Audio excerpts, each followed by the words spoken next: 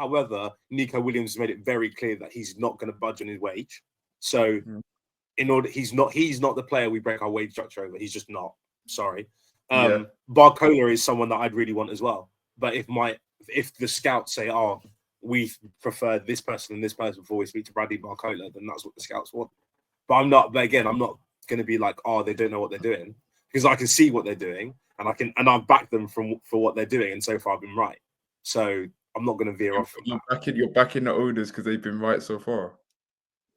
I think what the owners have done was needed. I think what the owners have done at Chelsea is what was needed to be done at Chelsea for ages.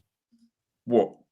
Just go for this. Just sign young kids. I think that the Chelsea before had no foundation, and what it yielded was sprouts of small success, but nothing tangible and sustained. Small success. That's what the old Chelsea was. Yeah, but again, I am not here to compete for FA Cups and Carabao Cups. We had been failing in the league. We've been failing in the league before Clear Lake. We've been failing in the league since we won it. Chelsea. What's funny about Chelsea is that Chelsea are very rarely in title races. They either win the title or they're 30 points off it. There is very rarely an in between. Very rarely. I want to be the team that every single season we are within 5 points of winning titles, because that to me is the barometer of whether you're actually going to have sustained success or. Okay, and where's the proof that that's going to work under this ownership? My point is that I'm willing to see out this plan because I think this is one of the best. So David's willing to wait 15 years.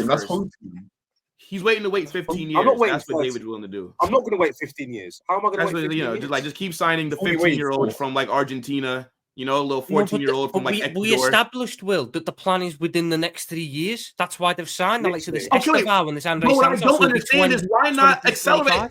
But look, Chelsea have a very good team. So like, we're not talking about Tottenham. We're not talking about Manchester United, right? If this is who we're but like, if this is who we're talking about, then I fully understand, Tom, what you're saying. If this is Manchester United and we're saying, oh, well, why would he go there? It's a 3-year, 4-year. I get that.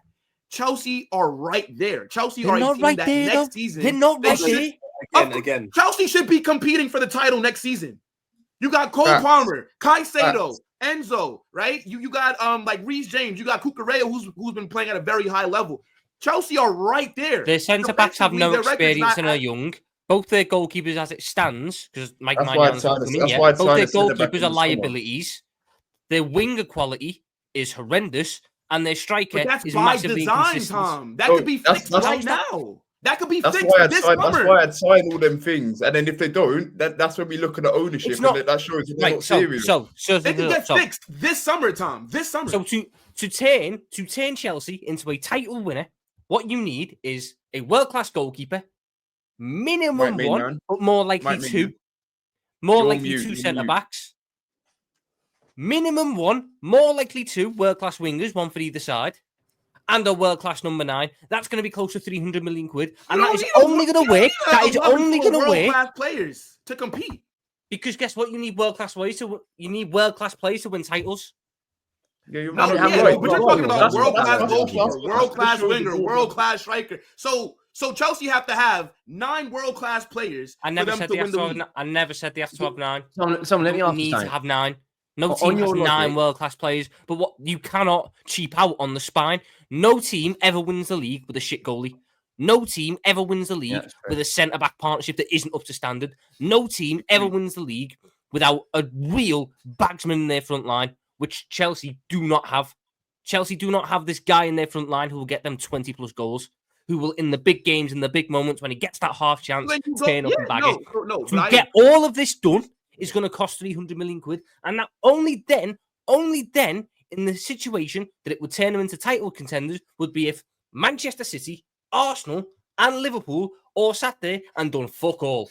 And instead of everyone going like that, Tom, you're assuming that every single player that we sign is the correct player, and they work 100%.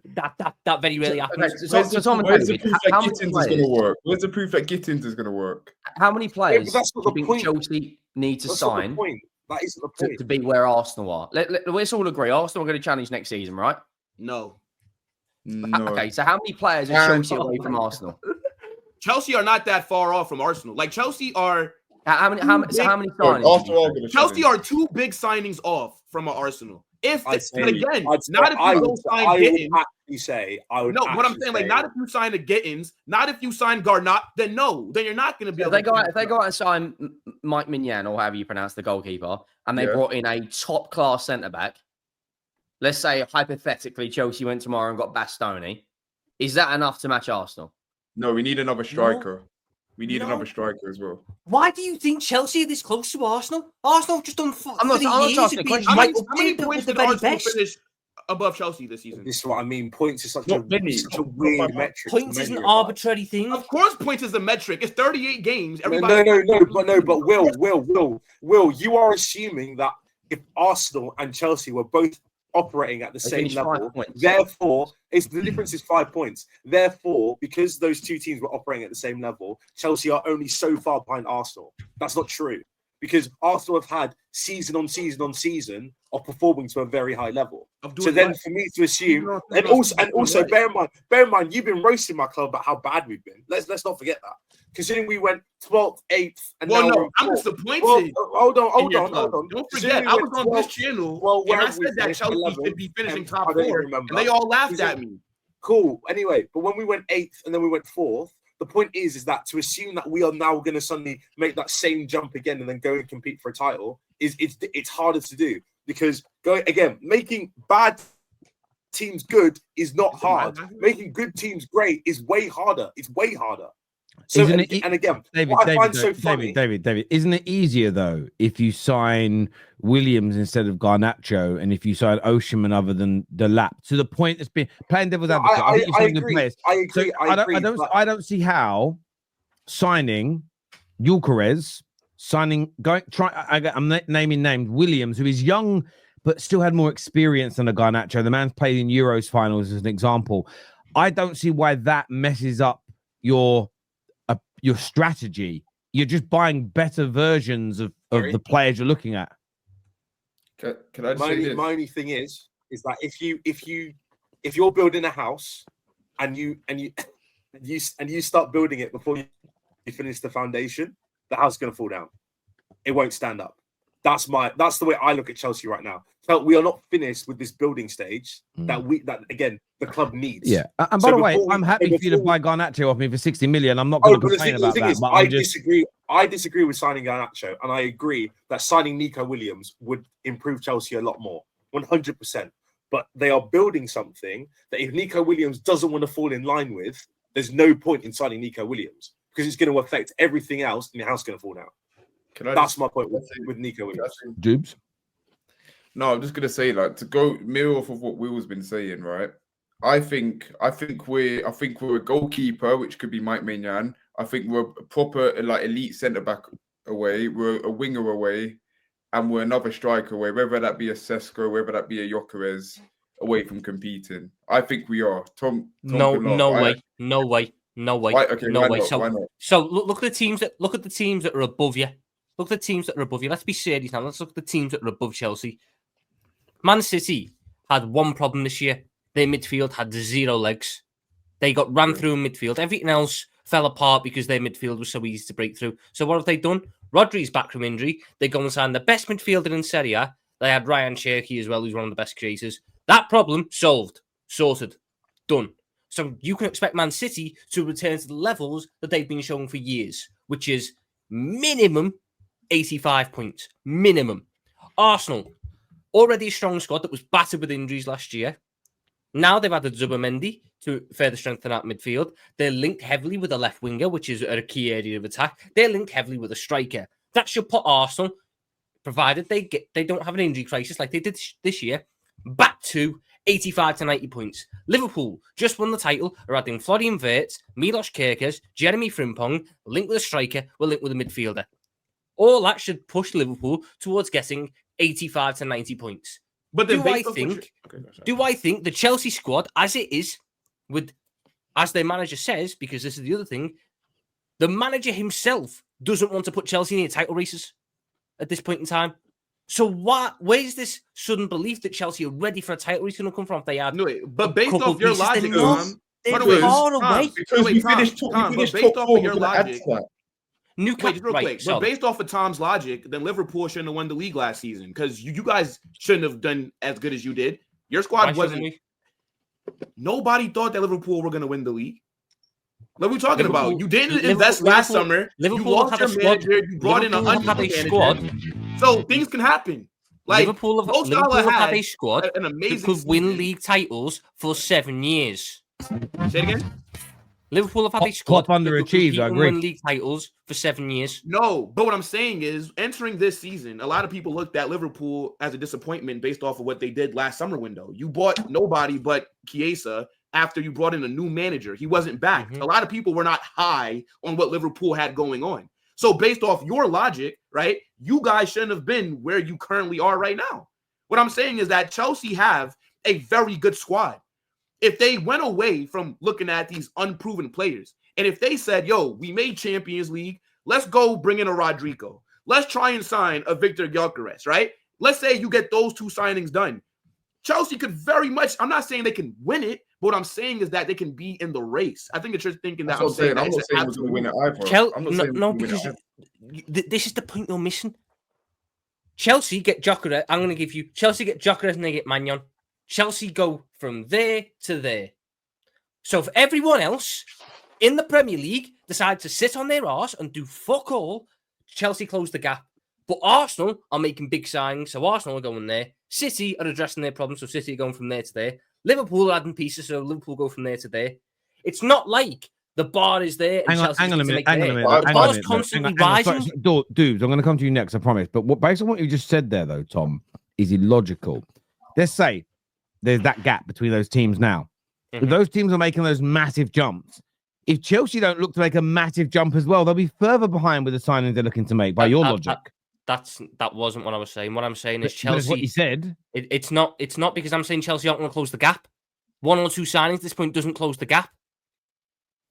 I agree with that. Because other teams are still improving. So don't sign better players because you won't bridge the gap straight away. No.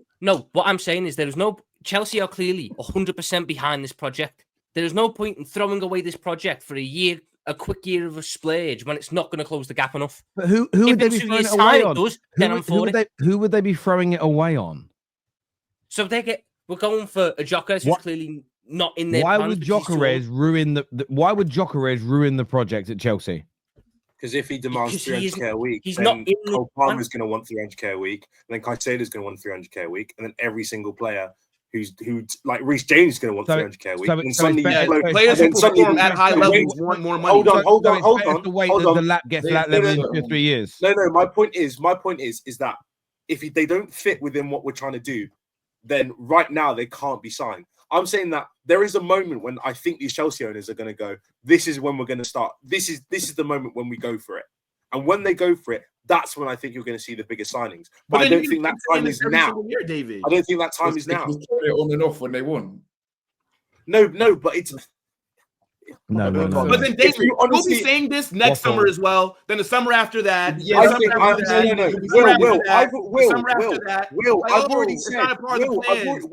They're still doing the project. I've already said that I think that the time when I think Chelsea are going to move on from this part of the process is going to be after this season. I think this season is the last season where I think Chelsea go, we're going to stick with the youngsters. Then I think they're going to focus more on the first team. But then when I think they're focusing on the first team, we're still going to have the signings of these players just to a lesser degree. All right, David, can I ask you then? So if not next season, but the season after, if we're not competing and we're struggling to get top 4, are you going to put pressure on the owners then? Again, depends what happens. No. Yes, no. It depends. No, it depends. It depends what happens. Because again, as you were saying earlier, if we won a Champions League, it doesn't matter. We won the Champions League. We deserved it. Yes, because it's a trophy. That's the aim of the game, and it's the biggest trophy. Yes, no. So this is my point. Again, the parameters of what you're asking for is very different. I have to believe that the squad has progressed in order for me to be happy with Maresca. So we could finish 5th, be 6 points of winning the title, but we'd be in a lower position than we were last year, and I can still believe we progressed. I'm not saying that is going to happen or it's likely, but this is my point. My point is that there's so many parameters that go into a season that affect how I will think of what's going on. I said this season that we had progressed, and people were saying, no, you haven't. Look at the points that you're going to get. You can look at this, look at that. And then ultimately you ended up in 4th and we won a trophy. So Dubes, you literally in this season said, I don't believe in Maresca, full stop. And then we got top 4 and we got and I said exactly this is my that you wanted. Yeah, no, and I said this is my stance. I said fair play to Maresca. He's got us what we expected. He got us top 4 and he got us a trophy. So I said fair play. I'm going to give him next season. My thing is this is my thing with Enzo Maresca, right? I want to see how the board address this window. Fair play if you want to say the window hasn't started yet. Fair play, we've got the whole summer. If they back him properly, they get him the main man, they get him a striker, they get him a winger, they maybe even get him a centre back. At that point, I'm sitting there going, if Maresca doesn't deliver, then my energy's on you. You're not good enough. You need to go. So if we're struggling to get top 4 again, I don't think you're good enough. However, if he doesn't back Maresca and he only signs 2 players, and he's not backing him with the elite signings, at that point I'm going to be like, you know what, Maresca, my energy isn't on you. It's on the owners again because you've been set up to fail. That's my thing with the whole Chelsea project. I don't personally believe in this whole project because it's been 3 years now, and we haven't even come close to challenging it for the league, as you say. And yeah, maybe I think that again, I know we've got to move on, but the point is that Chelsea, Clear Lake had to blow up effectively what we had before because that was just a mess. The whole thing was a mess. Yes, I know we won the Champions League, we were champions of the world, blah blah blah. The whole thing was a mess. We were never going to win the league title, so they had to effectively blow that up and restart it from scratch. So I am okay with them having this grace period of not competing straight away. Why? Because how many times do people take over teams and then they win a league title within 2 years? Very rare. Even the most recent example is Man City, and Man City got taken over in 2008 and won their first league title in 2014 or 2013 or 2012. So right. So they had 4 years. They had 4 years. So they had 4 years of doing it. That was also pre-spending limits. Mm-hmm. If City had the spending limits that Newcastle have now, they wouldn't have gone from 2009-2012 winning the league. They wouldn't have been able to build that. Terry, my point is that to expect Chelsea to be winning leagues in 4 seasons, in my opinion, isn't a true representation of what football what modern day football actually is. I hear that. That's where I sit. Let's go to some of these super